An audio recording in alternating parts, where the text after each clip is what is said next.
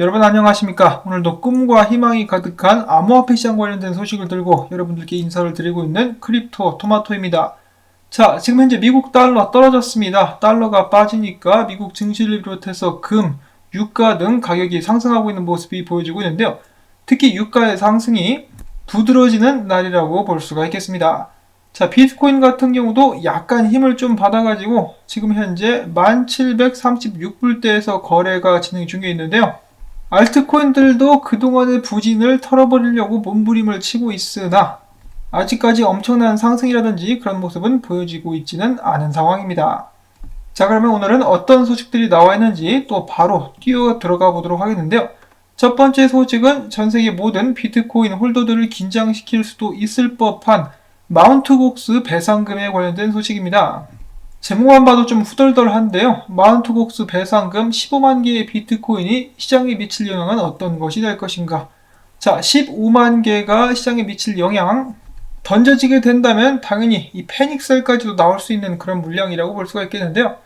기사를 읽어보도록 하겠습니다. 일본의 암호화폐 거래소 마운트 곡스의 회생 계획서 마감 시간이 다가오면서 피해자들에 대한 거액의 비트코인 배상금 지급이 시장에 미칠 영향에 관심이 모아지고 있다.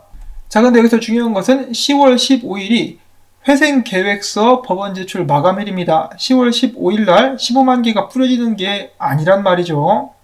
그래서 이 15만 개의 비트코인 같은 경우는 법원의 결정에 따라서 비트코인 채권단에 지급될 가능성이 있다는 것입니다. 이에 대해서 암호화폐 분석가 미스터 웨일이라는 사람은 만약에 이 비트코인이 시장에 던져지게 된다면 재앙적인 충격이 오게 될 것이고 사람들은 그에 대비해야 된다라고 강조를 했는데요. 해킹이 터졌을 때 비트코인 가격이 480달러밖에 안 됐었다고 합니다. 이건 뭐 거의 해커가 효자 노릇을 했네요.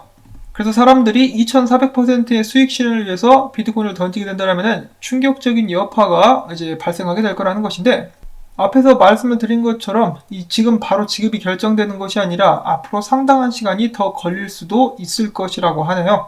그래서 벌써부터 안절부절할 필요는 없겠죠. 다시 한번 말씀드리지만은 다가오는 15일은 마운트 곡스 비트코인 지급일이 아니라 회생 계획안 제출일입니다. OKX CEO도 이것 때문에 착각을 했었다라고 하네요. 그 다음에는 반가운 소식이 있습니다. 얼마 전에 Q코인 해커들한테 털리지 않았었습니까? 이놈들이 누군지 밝혀냈다라고 합니다. 그래서 경찰이 체포를 하려고 지금 대기 중에 있는 것 같은데요.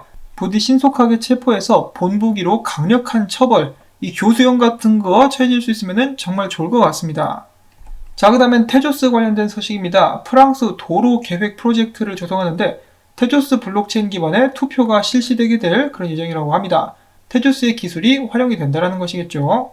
자, 그 다음에는 이더리움의 비탈길이 아니라 비탈릭이 자신의 트위터를 통해서 앞으로 이더리움 확장에 관련된 단기 및 중기 플랜을 소개했다고 합니다. 그것을 일일이 다 읽지는 않겠는데요. 이것이 그의 계획이라고 하고, 또 한 가지 덧붙이기를 이더리움 베이스 레이어는 10메가에서 20메가바이트까지 확대가 가능할 것이라고 생각을 한다고 합니다. 확실히 확대가 가능하다는 것이 아니라 생각은 일단 하고 있다고 하는 것인데, 이것도 일단 다 계획이고 생각이라는 것을 저희가 알 수가 있겠죠. 자, 물론 이러한 청사진이 필요한 것은 사실이나 실질적으로 구현을 해내지 못하면은 이더리움 떡락한다, 정신 차려라, 비탈릭 힘내. 자, 그 다음에는 이더리움의 뒤를 쫓고 있는 칼다노의 창시자 찰스 호스킨슨이 이야기합니다. 에이다의 세 번째 발전 단계는 순조롭게 진행 중이다. 세 번째 발전 단계는 이름이 고갱이라고 합니다. 안녕하십니까 고갱님, 사랑합니다 고갱님이 생각나는 그 고갱인데요. 참고로 에이다 같은 경우 내년 디파이 및 뎁 시장에서 견고한 경쟁력을 갖추기 위해서, 그러니까 2020년을 대비해서 열심히 노력 중이라고 하네요. 또한 중부 아프리카 주요국 중앙은행들과 CBDC 협력 관련 논의도 진행 중이라고 합니다. 물밑 작업을 아주 열심히 해주고 있는 찰스 호스킨슨이라고 볼 수가 있겠네요. 자, 그 다음엔 체인링크 기술 채택 관련된 정보가 있어서 또 가지고 와봤습니다. 아욱투스의 디파이 옵션 플랫폼인 ACO 파이낸스가 체인링크의 이더리움 가격 데이터를 활용한다는 소식이 나왔었고요. 자, 그 다음에는 잘 알려진 렌 프로토콜이 체인링크의 Proof of Reserve 메커니즘을 활용해서 크로스체인에서 활용되는 자산들의 투명성과 감사 부분을 발전시켰다라고 이야기를 했습니다. 자, 2020년 현재까지 암호화폐 시장에서 가장 중요한 키워드로는 디파이를 빼놓을 수가 없겠는데요. 최근에 디파이 토큰 가격이 많이 떨어졌습니다. 이에 대해서 한 매체는 디파이 토큰 과매도 현상이 발생하긴 했지만 아직까지 가격 반등 가능성이 있다라는 말을 전했는데요. 누가 그런 말을 했느냐? 암호화폐 미디어 오데일리라고 합니다. 그 이유는 간단한데요. 온체인 데이터를 보면 지난 30일간 대다수 디파이 토큰들이 급락세를 나타냈으나 디파이 시장 내 TVL 규모는 100억 달러 이상 유지하면서 큰 변동이 없었다라는 것이죠.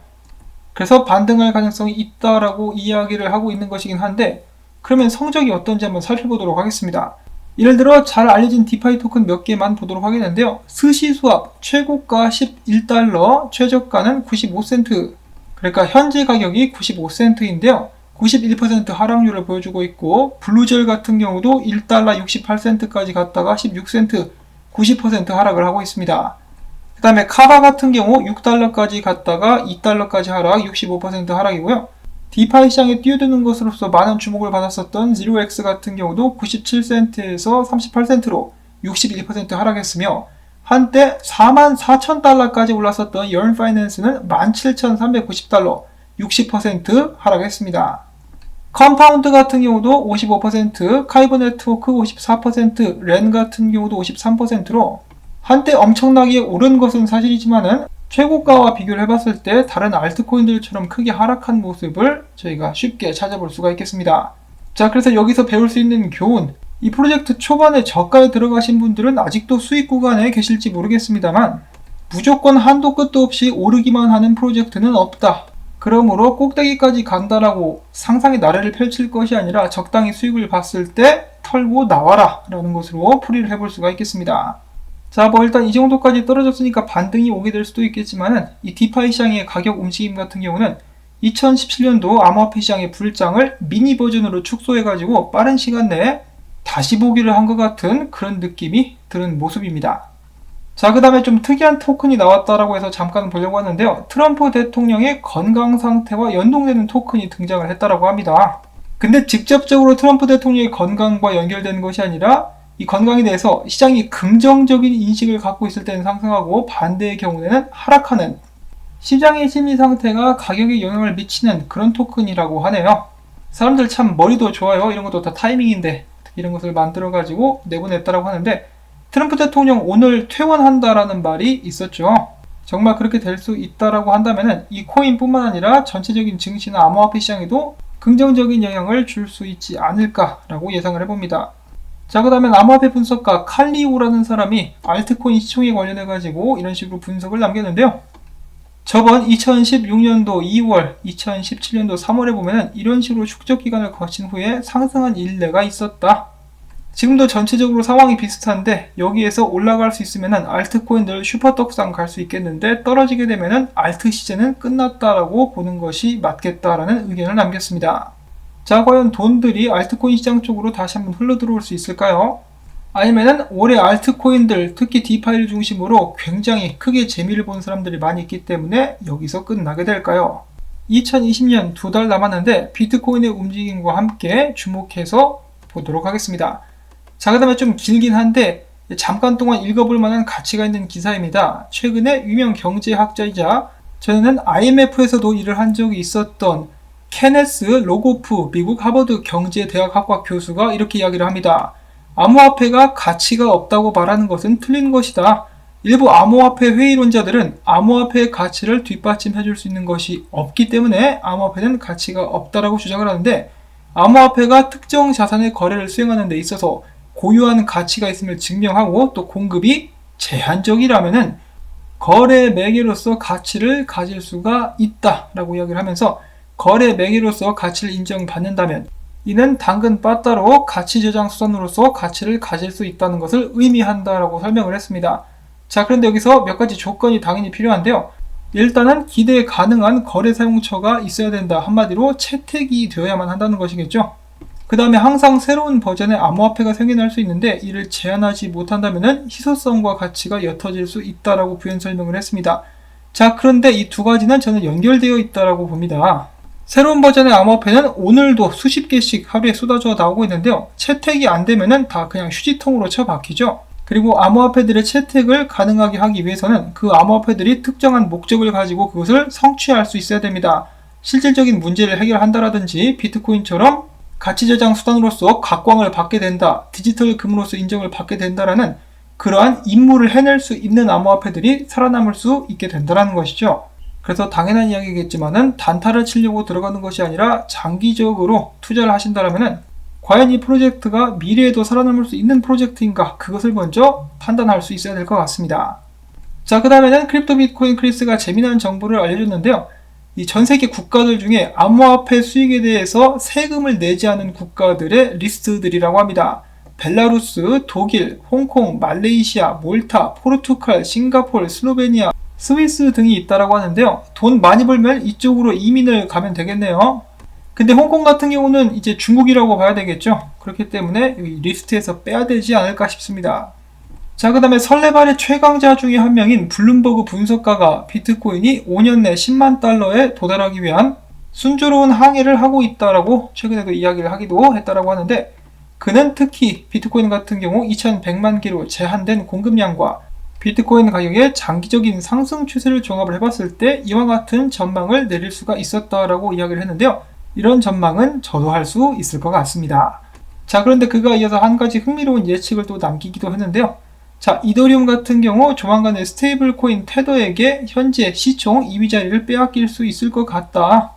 그만큼 테더의 시총이 늘어나고 있다는 것인데요. 이것은 뭐 긍정적으로 봐야 될지, 더욱더 많은 자금들이 테더로 들어오기 때문에 시총이 늘어나는 것이라고 볼 수가 있겠죠. 물론 테더의 시총이 늘어날 때는 사람들이 떡락장에 피신하기 위해서 암호화폐를 테더로 바꾸는 경우에 늘어나기도 합니다만, 전체적으로 상승하는 상승장에서 테더의 시총이 늘어난다는 것은 더욱더 많은 자금들이 이제 암호화폐 시장으로 들어오려고 준비를 하고 있는 것으로 봐도 되지 않을까라고 희망적으로 풀이를 한번 해보고요. 자, 그렇게 됐을 때 이 비트코인 같은 경우도 시총이 계속해서 늘어나서 1조 달러까지 올라갈 수 있다라고 블록스트림의 CEO인 아담 백은 이야기를 하기도 했다라고 합니다. 비트코인 가자. 자, 그러면은 비트코인 가격 분석 시간을 또 가져보도록 하겠는데요. 분석가 중에 한 명이 비트코인 프랙탈을 봤을 때 11,000달러 회복이 임박했다라고 해서 저도 기대를 가지고 봤는데, 프랙탈은 프랙탈이죠. 제가 어제 소개를 해드렸었던 귀에 걸면 귀걸이, 코에 걸면 코걸이가 기사화돼서 나왔습니다. 자, 11,000달러까지 가면 좋겠죠. 그런데 제가 여기서 충격적인 것을 또 하나 보여드리려고 하는데, 뭐 충격이라고 말하기는 좀 오바성이 짙긴 합니다만, 지금 바이낸스에 11,000달러에 2,800개 비트코인 매도가 걸려있다고 합니다. 바이낸스 기준으로 비트코인이 11,000달러 갈 때마다 2,800개 비트코인이 매도를 시작하게 될 것이라는 것인데요. 물론 이런 매도 주문 같은 경우는 체결되기 직전에 취소하는 경우도 굉장히 많습니다. 봇들이 이런 식으로 사람들 가지고 장난을 친다라고 하죠.